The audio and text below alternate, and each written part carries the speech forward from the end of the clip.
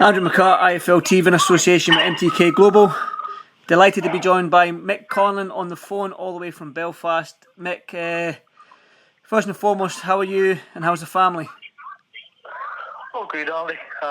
Just here in Belfast, as you say, back home for once without anything in the pipeline. So, it's been nice. I've enjoyed this kind of little break and this little bit of quarantine, if I'm honest, because I don't get it too often. But everything is good. We're healthy. We're happy. And all on lockdown. It is what it is. But it could be worse. We could be ill. So I'm happy to be here with my family. Definitely. Well, unfortunately, I was meant to be out in New York for you for St. Patrick's Day. My flight was on the Friday, so I didn't make the flight. But you went all the way to New York, had a press conference. Only, I think it was 2 days before the fight. Basically, you found out that it wasn't going ahead. It was going to be behind closed doors with no fans, but then obviously the whole show got cancelled. Just tell me what your reaction was and your thoughts at that time out in New York. It was a bit crazy, when we arrived. It was a few days before my fight, because we arrived basically the week before. We arrived on the Wednesday and fight the following Tuesday. I know Shakira and stuff was in the box on the Saturday, so we had a joint.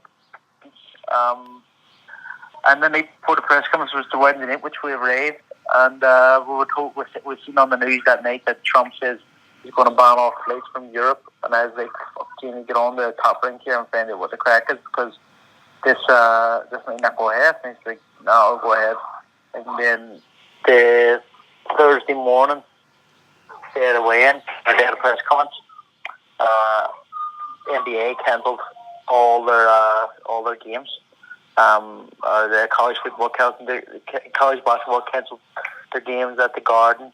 And the games for the Féile, and then so the NBA cancelled all their games. So I was like, there's no way this boxing's going to go ahead.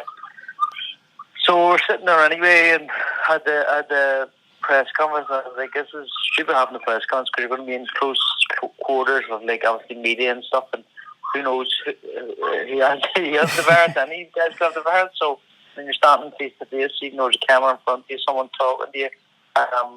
Because obviously you could catch the virus that way, but I was a bit pissed off that we had to do a press conference. And then we were told that morning, after the NBA thing, we were told that we'd be boxing in an empty arena, and I was like, fuck's sake, this is going to be shit. And then I was like, you know what, actually it'll be good, because I started to build myself up for it and just said, I'm going to be boxing no matter what here. I got to get up for it. So I got into the mindset that was, I was going to be doing something in a moment in time along the lines of, Twin Towers, along the lines of boxing. One of them moments in time where you remember where you were, remember what was going on, everything was going on, like a world disaster. And a different kind of disaster than those, because it wasn't like an immediate disaster. It's over a bit of a time here, and consistent as well, so and ongoing. So I was like, fuck, you know what, I'll be class. I I'm boxing in an empty arena, and I was like, I'm just going to talk shit to this guy in the ring and stuff, so get myself up for it. But anyway, so I was like, fuck it, no, well, this sound. Done the press conference, was a bit surprised, none of us were going to be getting tested as well, so I kind of said about that, and then we're out for food, walking around. I was up, Charlie and Harlem had arrived. Me, Jimmy, and Charlie, Harlem, and Russ Amber out for food. And next to Jimmy, I was on the phone doing a phone call, and Jimmy got a phone call saying that the fights are off. So I was like, fuck. I was sitting there, he's still trying to make weight and stuff. Eating really helps, I was kind of grabs Jimmy's chicken wings, started eating his chicken wings. Like, fuck, I'm not waiting around no more here. I'm eating. There's a wee silver lining there in that story, then, isn't there? You get the end of it. But listen, it was. I love New York anyway, so I didn't mind being there. It was nice to be here. I always want to be here. And it was good. I had a good time. I got to go to Lily and stuff after the next day before we left. But the thing is, like, no matter what I say, no matter how much I did enjoy being in New York and stuff, I don't have time to train. I was ready for a fight. I believed I was going to put on a good performance, and go there and really want. So I trained for 10 weeks for that just be kind of taken away from me and not get paid. Like going to work in a building site or else going to work in an office 10 weeks and being told at the end, you're not getting paid. It's not nice. It's not nice. It's a bad situation to be in. But as I say again at the start, there be worse situations. I could be very ill. I could be dead. These people are down from what's going on in the world at the minute with this virus. So the fact that I'm still here and I'm healthy, I can't complain. Definitely. So obviously, with what the government's been saying, that everyone needs to stay at home and stuff like that and isolate themselves or self-quarantine and social distancing and all this, as a fighter, obviously, you need to train. You need to stay sort of like fight ready, because who knows when this will end and who knows when you'll get another fight date. So what are you doing to stay fit, stay healthy, keep that six-pack, so to speak? Well, I'm doing an awful lot of bacon. I've seen that. I've seen the bacon, man. Tell you what, if there's a celebrity bake-off, you should go on it. That's the one. Listen, I've only started baking. My first time ever baking was during this quarantine, and I've done a good lot since then, since the start, and I'll continue to do that. I actually really enjoy it, which is good. My banana bread is actually baking in the oven right now, so I'm going to have to go and take it out while we're on the phone in a minute. But no, I've been doing that, but I've been training. I'm lucky enough that I have a gym in the garage. And I've been training there anytime I want. I have a bag, speedball, weights rack, running machine, assault bag, everything you need. I don't really need much other than coach the whole pads or one of the pads or a sparring partner and everything you want to spar. But I suppose we're all going to be in the same position. It's not like, people are actually probably in a much worse position than me, where they don't have a gym and they don't have sparring because of what's going on. It seems like it is only going to get worse at the minute. So I'm not expecting it to be finished out time soon. But I'm just kind of doing one session a day. There's no point of going too hard, because probably when time comes around again, you could try to burn yourself out. So there's no point in me going too hard at it. I'm just taking over and trying to stay in shape. I'm around the 18 pound over, which isn't too bad for me. Not too bad, yeah, definitely. I mean, I think I spoke to you tail end of last year at some point, and you said that by 2021 you're hoping to be a world champion. Now, with everything that's going on, do you think that's going to be pushed back, or do you think you can jump straight into the deep end once this is all over? No. Depending on boxing this year, I thought we were.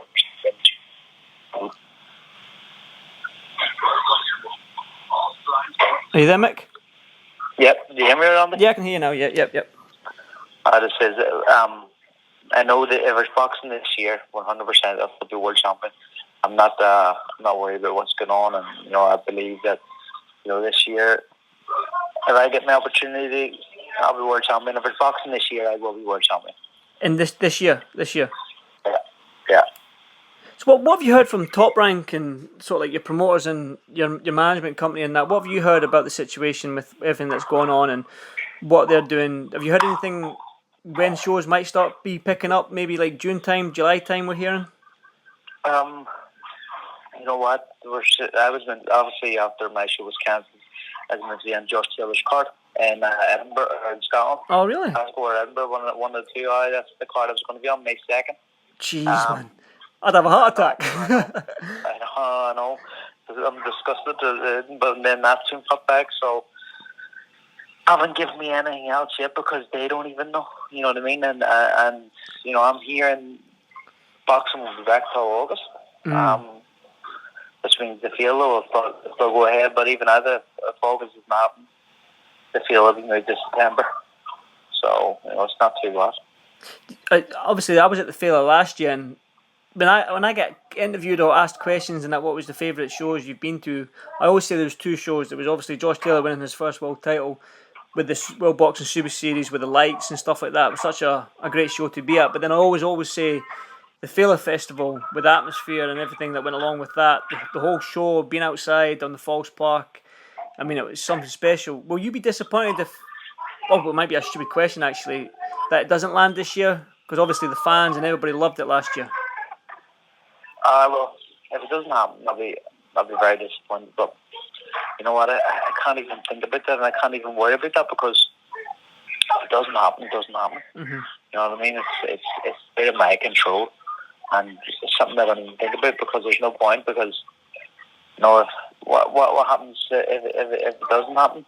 Nothing. I'll still box. I'll still become more this year. I have no problem with that.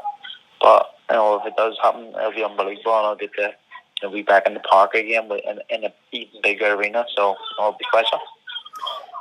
You're talking about being a world champion this year, and there's always been talk about you moving down to super bantamweight. Is that still something that you're planning, or is that idea gone out the window? Came off the cards now, I think.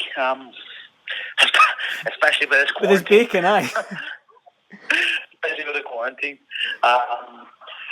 I don't think I'll go down to 122. I think I'll stay up. I think 126 and 10. I don't think there's no point to being down.